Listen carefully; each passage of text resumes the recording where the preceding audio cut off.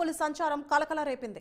Srisailam క్షేత్రంలోని Patalaganga మార్గంలోని 110 cottage దేవస్థానం AEO Mohan ఇంటి వెనుక తెల్లవారుజామున చిరుత సంచరించింది. ఇంటి వెనుక ప్రహరీ గోడపై నడుచుకుంటూ వచ్చి గోడ దూకి కుక్కను ఎత్తుకెళ్లేందుకు ప్రయత్నించింది. కుక్క ఒక్కసారిగా గట్టిగా అరవడంతో లైట్ వేశారు.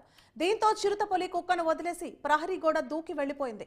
ఈ దృశ్యాలన్నీ సీసీ కెమెరాల్లో రికార్డ్ అయ్యాయి. దీంతో స్థానికులు భయాందోళనకు గురవుతున్నారు.